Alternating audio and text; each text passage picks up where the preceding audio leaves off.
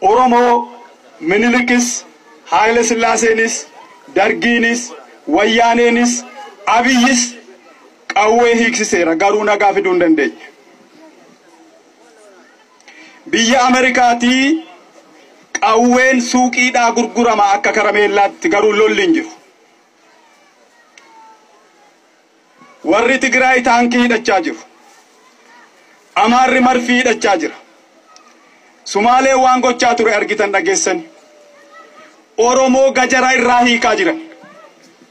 Mancaa irraa hiiksisuuf seeratti baasan. Gaanfa Afrikaa kanatti nagaa fiduuf Oromoon meeshaa hanga isa ga'u hidhachuu qaba.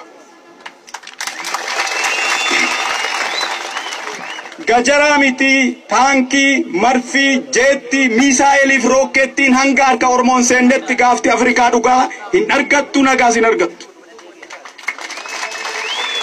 Lolli ibiddi mootummaan Dr. Abiy ka Oromoo tokkoon hin deeggaramne ka weerartoota lafa Oromootiin deeggaramu weerartoonni lafa Oromoo faayinaansii ka godhan beekumsaan saappoorti ka godhan qawweedhaan saappoorti ka godhan ibiddi Oromoo irratti qabsiifame kuni gaanfa Afrikaa guba.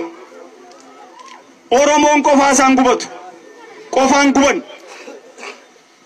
dhugaa keenyaaf nagaa keenya barbaanna.